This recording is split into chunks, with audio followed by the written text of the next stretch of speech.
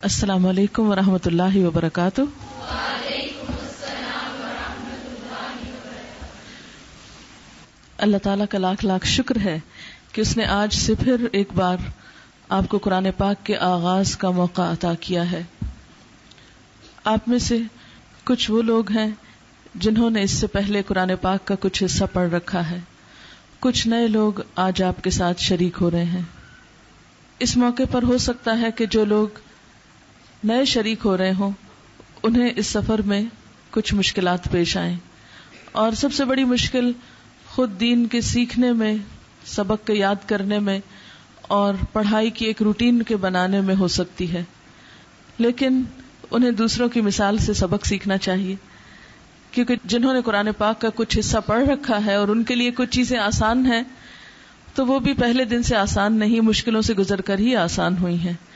علم کا راستہ مشقت کا راستہ ضرور ہے، لیکن جب انسان اس راستے میں محنت کرتا ہے تو یہی راستہ انسان کے لیے پرلطف ہو جاتا ہے۔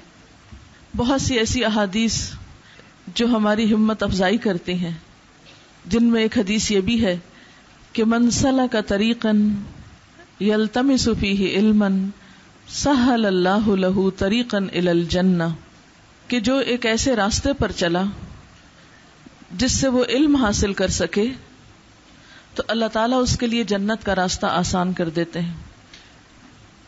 آج دنیا جس کی حقیقت مچھر کے پر کے برابر بھی نہیں، جسے اللہ کے رسول صلی اللہ علیہ وسلم نے مچھر کے پر سے بھی حقیر قرار دیا، اس کو پانے کے لیے، اس کو حاصل کرنے کے لیے، اس کو سجانے کے لیے، اس کو ویلیو دینے کے لیے ہم کیسی کیسی محنتیں کرتے ہیں، کس کس طرح تکلیفیں اٹھاتے ہیں، تو کیا وہ جنت جس کی ایک کوڑا رکھنے کی جگہ، یعنی چند ہاتھ جگہ، دنیا اور جو کچھ دنیا کے اندر ہے اس سب سے زیادہ خوبصورت ہے، یعنی پوری جنت تو کیا چیز ہوگی، اس کا ایک چھوٹا سا ٹکڑا جو ہے وہ بھی پوری دنیا سے زیادہ حسین اور خوبصورت ہے۔ تو جو شخص اس کے بارے میں جان لے، اس کو پہچان لے، وہ کیسے اس کے لیے کوشش نہیں کر سکتا، یا کیسے اس کو پانے کے لیے تمنا یا آرزو نہ رکھتا ہو۔ اور یہ ایک حقیقت ہے اور بہت بڑی سچائی ہے کہ جنت کا راستہ واقعی پرمشقت ہے، واقعی کانٹوں سے بھرا ہوا ہے، اور ہمت کرنے والے اور پختہ ارادہ کرنے والے ہی وہاں پہنچ سکیں گے، کہ جو ہر قیمت پر اس کو حاصل کرنے کا شوق رکھتے ہوں، جو اس کے لیے کچھ بھی قربان کر سکتے ہوں، جو اس منزل تک پانے کے لیے کسی بھی رکاوٹ کو رکاوٹ سمجھے ہی نہیں، وہ ہر رکاوٹ اور ہر مشکل کا خوش دلی سے مقابلہ کر سکیں اور کرتے چلے جائیں۔ تو جب جنت کے راستے کی بات آتی ہے، اور پھر ایک دوسری حدیث میں علم کے راستے کو جنت کا راستہ بتایا گیا، تو واقعی بات سمجھ میں آتی ہے، کیونکہ یہ راستہ بھی آسان راستہ نہیں۔ علم حاصل کرنے کا راستہ، علم کے لیے نکل کر علم کے مرکزوں اور علم حاصل کرنے کی جگہوں تک پہنچنے کا سارا عمل، اس کو جنت کا راستہ بتایا گیا۔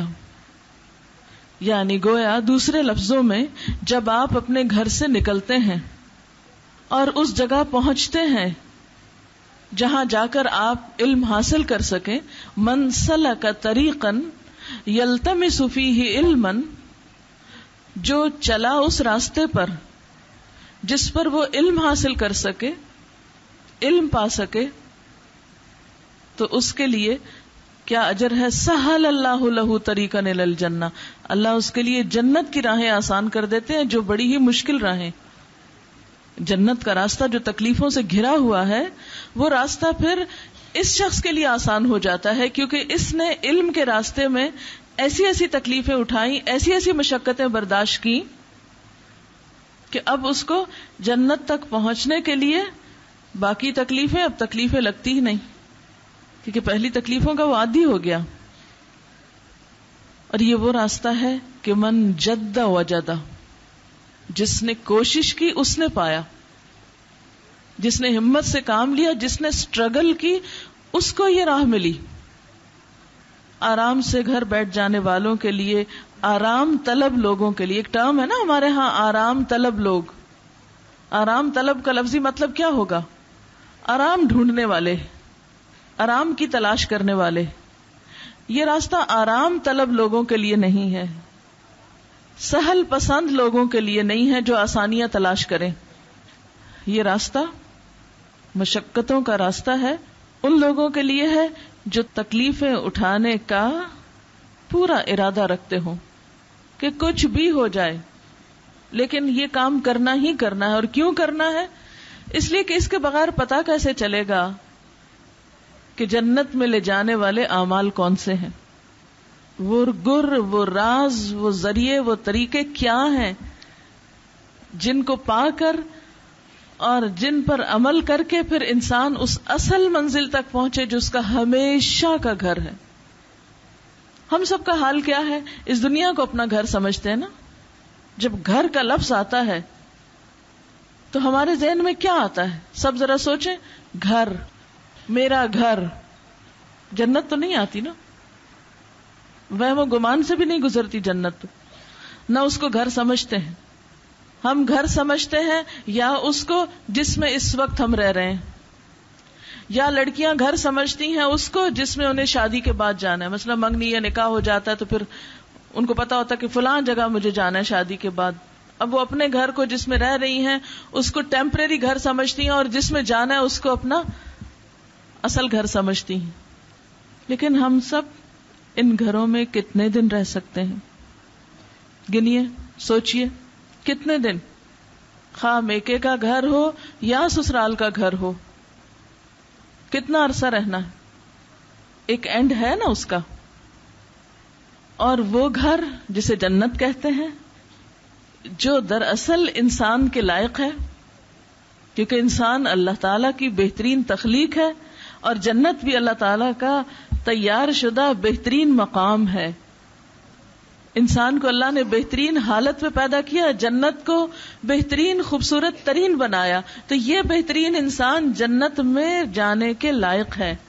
لیکن اس میں رہنے کے لیے پھر کچھ کوالیفیکیشن چاہیے، کچھ سرٹن اس کی ریکوائرمنٹس ہیں جن کو اسے پورا کرنا ہے.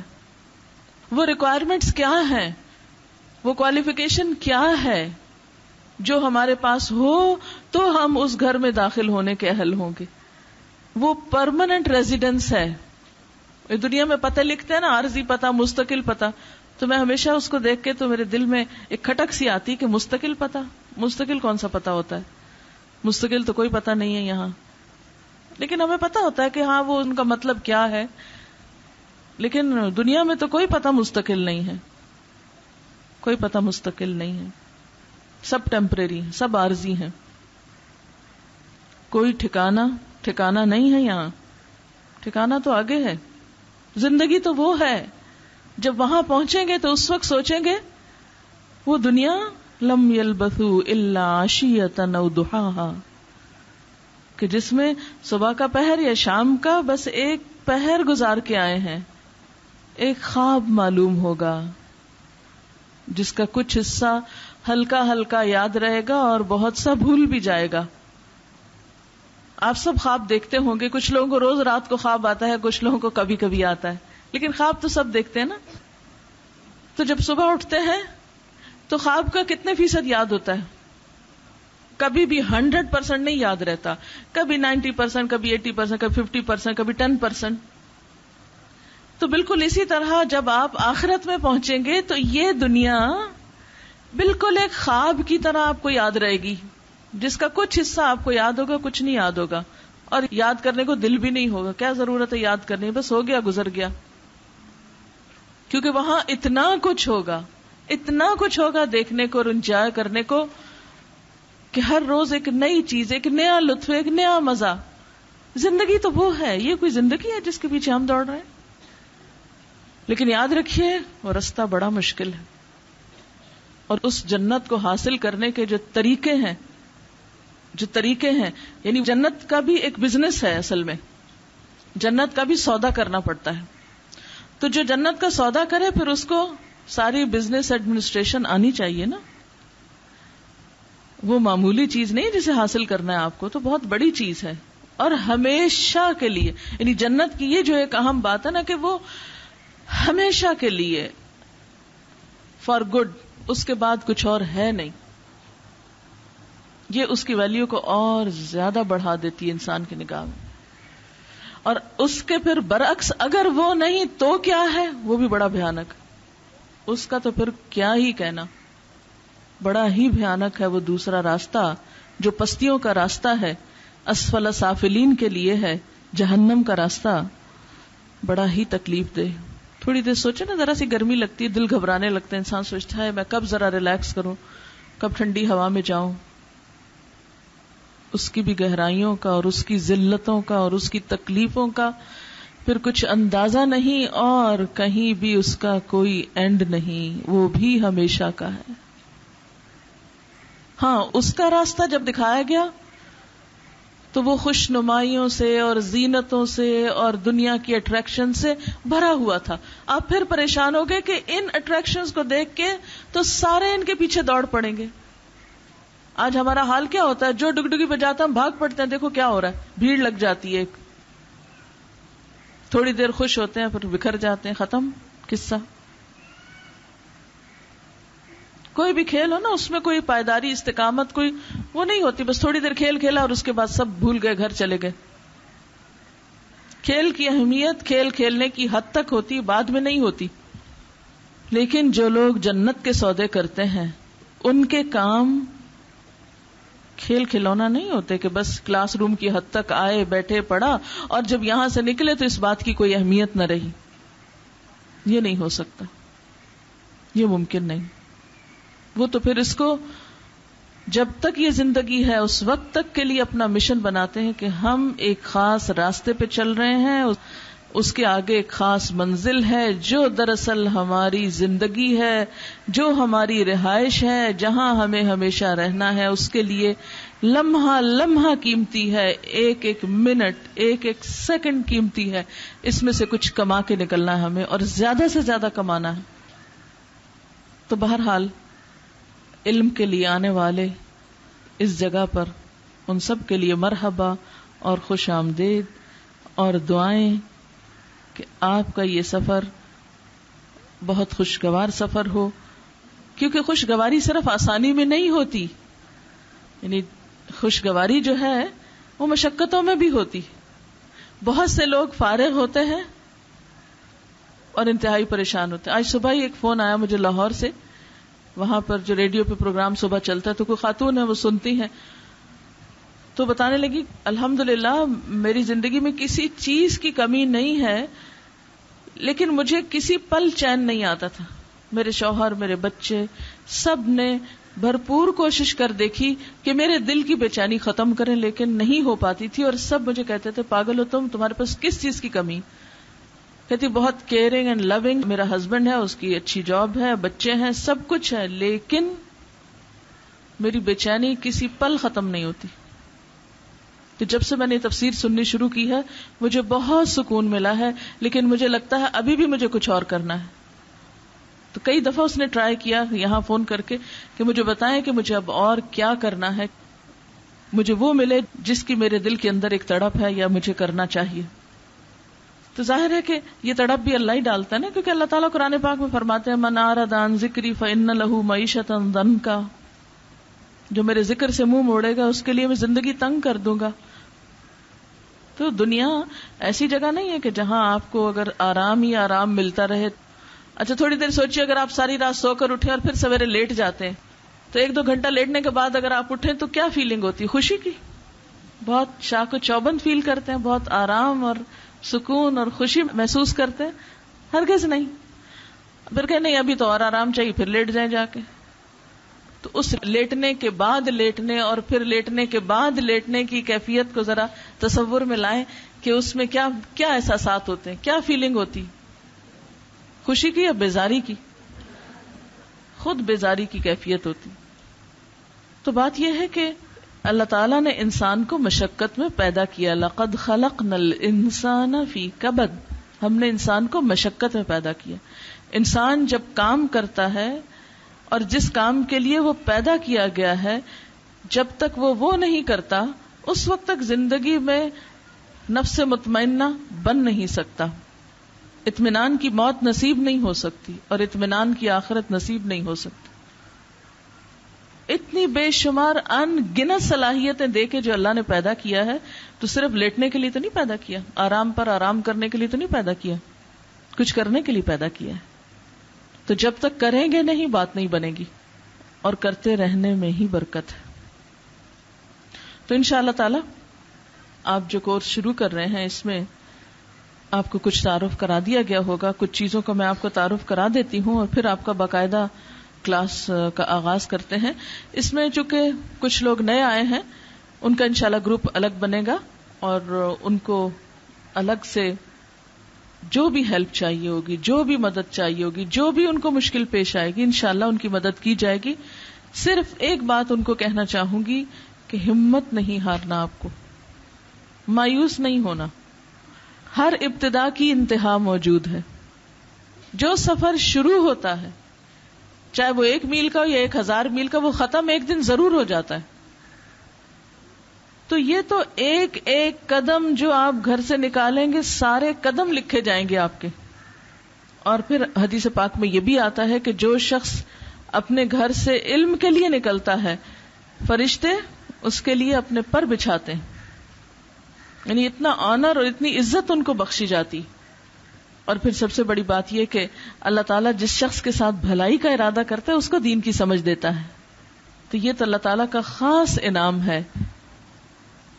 پھر اسی طرح منافقین کی خصلت یہ بتائی گئی ہے کہ منافق میں 2 خصلتیں جمع نہیں ہو سکتی، 2 صفات منافق کی نہیں ہوتی، ایک خوش اخلاقی اور دوسرے دین کی سمجھ. یعنی منافق کو یہ 2 نعمتیں نہیں ملتی. وہ دین پڑھتا بھی ہے تو سمجھتا کچھ نہیں ہے، اور اسی طرح اس کے اخلاق میں کوئی تبدیلی نہیں آتی دین پڑھ کے. تو جو سچا مومن ہوتا ہے اور جو پورے اچھی نیت کے ساتھ، اچھے جذبے کے ساتھ، تو بات یہ ہے کہ جب تک اس علم کا ہماری زندگی پر اثر نہیں ہوتا اس وقت تک مقصد نہیں پورا ہوتا علم حاصل کرنے کا. یہ علم صرف رٹنے کے لیے، پڑھنے کے لیے، نمبر لینے کے لیے نہیں، بلکہ عمل بدلنے کے لیے. اور اس چیز کو ہمیشہ آپ نے یاد رکھنا ہے. مومن اور منافق کا فرق یہی ہے. مومن دین کی سمجھ رکھتا ہے اور مومن دین پڑھ کر با اخلاق بن جاتا ہے. کیونکہ نبی صلی اللہ علیہ وسلم دنیا میں تشریف ہی اس لیے لائے تھے، انما بعثت لاتمم مکارم الاخلاق. میں دنیا میں اس لیے بھیجا گیا ہوں، یعنی پیغمبر بنا کر اس لیے بھیجا گیا ہوں کہ بہترین اخلاق کی تکمیل کروں. اور انک لعلی خلق عظیم، بے شک آپ اخلاق کی عظمتوں پر فائز ہیں، عظیم اخلاق کے مالک. اسی پیمانے میں ہم نے اپنے آپ کو ناپتے رہنا ہے انشاءاللہ تعالی، اور ساتھ ساتھ کام کرتے چلے جانا ہے. اب اس میں آپ دیکھیے کہ کچھ یہاں کے سیٹ اپ کے بارے میں آپ کو بتانا چاہتی ہوں، اور جو اس بلڈنگ کے بارے میں اور یہاں اور کورسز کے بارے میں اور اوور آل سارے پروگرام کے بارے میں. اس میں پہلی بات تو یہ ہے کہ یہ جو اس وقت آپ کا کورس ہے یہ ڈپلوما کورس ہے، اور جو لوگ آج کورس کا آغاز کر رہے ہیں ان کا کورس انشاءاللہ 1.5 سال میں مکمل ہوگا. جو پہلے سے شروع کیے ہوئے ہیں، جہاں سے پڑھنا شروع کیا تھا وہاں پہنچ کر ان کا مکمل ہو جائے گا انشاءاللہ تعالی، اور ساتھ ساتھ وہ پڑھ کر فارغ ہوتے چلے جائیں گے. یہاں کے جو پروگرام انچارج ہیں وہ روبی طارق ہیں. روبی نے اسلام آباد سے 4th بیچ میں، آج کل اسلام آباد میں 9th بیچ چل رہا ہے، یعنی آج سے تقریباً 4-5 سال پہلے انہوں نے کورس کیا تھا اسلام آباد سے، اور اس کے بعد سے یہ پڑھنے پڑھانے کا کام کر رہی ہیں. پھر یہاں ایوننگ کلاسز بھی اسی بلڈنگ میں ہوتی ہیں، ان کو بھی یہ سپروائز کرتی ہیں. ایوننگ پروگرام کی جو کلاس انچارج ہیں ہنا ہے. ویسے تو آپ لوگ شام کو ہوں گے اور کچھ صبح کو ہوں گے، لیکن کچھ چیزیں چونکہ 2 کورسز چل رہے ہیں، کچھ چیزیں آپس میں ایک دوسرے کے ساتھ تعاون اور کوآرڈینیشن جو ہے وہ بہت ضروری ہے. ہنا نے کراچی کا جو فرسٹ بیچ تھا اس سے کورس کیا، اور اس کے بعد سے یہ یہاں شام میں ایوننگ کورس کی کلاس انچارج ہے. یہاں کی جو ایوننگ کی کلاسز تھی یہ مارننگ کی کلاسز کے کچھ ہی عرصے کے بعد شروع ہوئی اور تقریباً 7 پارے میں نے خود یہاں پر آ کر پڑھائے تھے. صبح میں وہاں کلاس ہوتی تھی, شام میں یہاں ہوتی تھی. پھر اس کے بعد وہاں کا کام بہت بڑھتا چلا گیا, جس کی وجہ سے یہاں مجھے شام کو آنا دشوار ہو گیا. پھر کچھ عرصے کے بعد چونکہ مارننگ کا کورس ختم ہو گیا تھا تو مجھے باہر جانا پڑا, تو 7ویں پارے کے بعد پھر یہاں شام میں کیسٹ کلاس ہوتی رہی. اور الحمدللہ بہت آسان طریقے سے پہلے بیچ کا کورس مکمل ہوا. ایوننگ کا سبجیکٹس مختلف لوگوں نے پڑھائے, لیکن قرآن پاک کی تفسیر جو صبح میں وہاں پڑھائی جاتی تھی اس کی کیسٹ یہاں بھیج دی جاتی تھی, پھر وہ ایوننگ میں چلتی رہی. اور ان کا کورس مارچ میں پہلا کورس ختم ہوا شام کا, اور اب شام میں دوسرا کورس چل رہا ہے, یعنی سیکنڈ بیچ. اسی طرح مارننگ سیشن کا بھی دوسرا کورس جو ہے وہ مکمل ہو چکا ہے. پچھلے مہینے اس کا ختم قرآن ہوا, اور اس میں کچھ لوگ ایسے جنہوں نے لیٹ ایڈمیشن لیا تھا, ان کا جو باقی رہا وہ آپ کے ساتھ آج موجود ہیں. اور کچھ نئے لوگوں نے اس سیشن میں ایڈمیشن لیا, تو وہ سب ملا کر ایک کلاس ہوگی اب, کچھ نئے اور کچھ پرانے لوگوں پر مشتمل. لیکن یہ ٹرمز آپ اختیار نہ کر لیجئے کہ نئے ہیں کہ پرانے ہیں, بس ہر ایک اپنے نام سے ہی پہچانا جائے. اور جو پرانے لوگ ہیں ان کے لیے بھی آج نئے سرے سے ہی کورس شروع ہو رہا ہے, تو اس کو آپ ایک نئی ابتدا کے طور پر لیں تو زیادہ آپس میں ہم آہنگی ہوگی, ایک دوسرے سے جان پہچان ہوگی, اور کوئی کسی پر کچھ برتری نہیں رکھتا. برتری تو تقوی والوں کے لیے ہوتی ہے, اور وہ اللہ کی نگاہ میں بڑائی اصل بڑائی ہوتی ہے. بندوں کی نگاہ کی بڑائی کی کوئی ویلیو نہیں ہے. ان اکرمکم عند اللہ اتقاکم, یہ سب باتیں صرف تعارف کے لیے بتائی جا رہی ہیں. وجعلناکم شعوبا وقبائل لتعارفوا, ہم نے تمہیں قبیلوں اور گروہوں میں پیدا کیا تاکہ تم پہچانے جاؤ, تاکہ تم ایک دوسرے کو پہچان سکو. لتعارفوا, یہ جو بات میں اس وقت کر رہی ہوں یہ صرف لتعارفوا کے تحت ہے, اور یہ جو ان لوگوں کو بھی کھڑا کر رہی ہوں یہ بھی تعارفوا کے تحت ہی ہے, کہ یہ اسلام کی سنتوں میں سے ایک سنت ہے کہ کوئی مسلمان جب دوسرے کو ملے سب سے پہلے سلام کرے, پھر نام پوچھے, اور ایک دوسرے کو پہچانتا ہو. ایک دوسرے کی پہچان ضروری ہے, جگہ کی پہچان ضروری ہے, پڑھانے والوں کی پہچان ضروری ہے, اور پھر آپس میں سیکھنے والوں کی ایک دوسرے کے لیے پہچان ضروری ہے. اب اس کے بعد یہ ہے کہ یہ جو مارننگ کی کلاس یہاں پر ہوگی, اس کی کلاس انچارج شگفتہ اکبر ہیں. شگفتہ نے کراچی کے فرسٹ بیچ سے کورس کیا, اور اس کے بعد پورا اگلا سیشن یہ گروپ انچارج کے طور پر کام کرتی رہی ہیں, اور اب یہاں پر یہ کلاس انچارج ہوں گی. انہوں نے حکیم سعید صاحب کے ساتھ بھی کام کیا ہوا ہے, باقی تعارف ان کا آپ بعد میں حاصل کر لیجئے. لیکن یہ ہے کہ ایک ایکسپیرینس ٹیچر ہیں, انشاءاللہ تعالی آپ کو اطمینان ہوگا ان کے ساتھ پڑھ کر. اس کے علاوہ کچھ لوگ گروپ انچارجز بھی ہوں گے اور کچھ سبجیکٹس لیں گے. گروپ انچارجز میں صبا ریاض ہیں, ارم نصیر ہیں, فضہ نیازی ہیں, نصرت ایوب ہیں. یہ سب لوگ پچھلے 1.5 سال سے گروپ انچارج کے طور پر کام کرتے رہے ہیں. یہ سب بھی ایکسپیرینسڈ لوگ ہیں. تشریف رکھیے. اس کے علاوہ آپ کی انشاءاللہ تعالی تفسیر کے ساتھ ساتھ تجوید ہوگی, گرامر ہوگی, اور سیرہ شروع کی جائے گی. سیرہ آپ کو پڑھائیں گی فرح عباسی. فرح نے اسلام آباد کے 5th بیچ سے کورس کیا تھا, اور اس کے بعد میٹرو کا جو فرسٹ بیچ تھا, یعنی مارننگ کلاس کا جو فرسٹ بیچ تھا, اس میں انہوں نے پورے سیشن میں گروپ انچارج کا کام کیا. اس کے بعد ان کو طارق روڈ پہ ایک برانچ الہدا کی, وہاں کا انچارج بنایا گیا, اور وہاں یہ سیرہ پڑھا چکی ہیں اور برانچ میں بھی پڑھا چکی ہیں. تو انشاءاللہ تعالی ساتھ ہی آپ کو یہ سیرہ پڑھانا شروع کریں گی مارننگ کی کلاس میں. کلاس انچارج کی جو ہیلپر ہیں وہ ارم نصیر ہوں گی. اگر کسی وجہ سے کلاس انچارج کو آگے پیچھے ہونا ہوگا تو ارم جو ہے وہ ساتھ مدد کریں گی ان کے. پھر اسی طرح شعبہ امتحانات ہے, آپ کے جو پیپرز اور ان کے جو انٹریز وغیرہ ہیں وہ عالیہ عبدالصمد کے ذمے ہوں گی, باہر رجسٹریشن پہ موجود ہیں. ان کے ساتھ سیدہ یونس ہیں, وہ بھی ایڈمیشنز کے کام میں, اور ایڈمیشن اور فیس رجسٹریشن وغیرہ کا کام جو ہے وہ سیدہ یونس کر رہی ہیں آپ کے ساتھ. السلام علیکم ورحمۃ اللہ وبرکاتہ. ہمارا جو ایوننگ کا کورس ہے اس میں ہماری کلاس 3 days a week ہوتی ہے, منڈے سے لے کر ویڈنسڈے تک, اور اس وقت ہمارا 3را پارہ چل رہا ہے, اور ساتھ ہی کتاب الطہارہ بھی شروع کی ہوئی ہے. اور اسی طرح اس کے علاوہ جو باقی 2 دن ہوتے ہیں تھرسڈیز اور فرائیڈیز کے، اس میں ہماری بخاری کی کلاس ہوتی ہے، اور اسی طرح تجوید کی ایڈوانس کورس جو ہے وہ بھی ہم نے شروع کیا ہوا ہے، اس کی کلاس بھی ہے. اور اس کے علاوہ سیٹرڈیز کو ہماری بچوں کی کلرز آف اسلام کی کلاس بھی یہاں پہ ہوتی ہے. اسی طرح یہ ہے کہ یہاں پہ اوپر بچوں کی اسٹریٹ چلڈرن کی کلاسز بھی ہوتی ہیں، وہ 6 days a week ہی ہوتی ہیں، اور اس میں بھی جیسے عام سبجیکٹس کے علاوہ جو ہے تھوڑا بہت ان کو قرآن کا اور باقی چیزیں بھی سکھائی جاتی ہیں. جی یہاں پہ انشاءاللہ اسٹال بھی ہوگا جس میں بکس وغیرہ اور کارڈز جیسے وہاں میٹرو پہ ہوتے تھے یہاں اویلیبل ہوں گے، اور ریسیپشن بھی ہے، اور انشاءاللہ آپ لوگوں کے لیے کینٹین کا بھی تھوڑا سا ارینجمنٹ کر رہے ہیں، کیونکہ مارننگ میں آورز جو ہیں وہ زیادہ ہوتے ہیں، آفٹرنون میں تو ہمارا نہیں ہوتا ہے سچ کوئی سیٹ اپ، لیکن اس کے لیے انشاءاللہ کچھ آپ لوگوں کے لیے کریں گے. ایسا ہے کہ شاید آپ کے ذہن میں یہ ہو کہ ایوننگ کی کلاس تو ہفتے میں 3 دن ہوتی ہے، تو ہماری کیوں 5 دن؟ کیونکہ اس کورس میں سیٹرڈیز آف ہوں گے، اور اس کی وجہ یہ ہے کہ ایوننگ کی کلاس جو ہے وہ 3 سال میں ختم ہوتی ہے، ٹھیک ہے، 3 دن پڑھ کے، اور یہ 6 دن پہلے ہوتی تھی تو 1.5 سال میں ختم ہوتی تھی. تو ابھی بھی انشاءاللہ باقی چھٹیاں کچھ کٹ کر کے سیٹرڈے آف کر کے اور 5 دن کی کلاس کے ساتھ انشاءاللہ تعالی 1.5 سال میں مکمل ہوگا. جب کہیں ضرورت ہوگی تو پھر سیٹرڈے کو پڑھائی شروع کر دیں گے جب ضرورت ہوگی، ابھی فوری طور پر نہیں، شروع میں آپ کو ساتھ ریسٹ بھی دیں گے.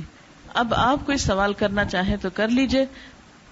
میں خود ایڈوانس کورس میں انشاءاللہ پڑھاؤں گی، اور 4 دن ہوگا ہفتے میں، وہ بھی دوبارہ قرآن پاک کب پڑھاؤں گی ابھی تو کچھ بھی نہیں پتا.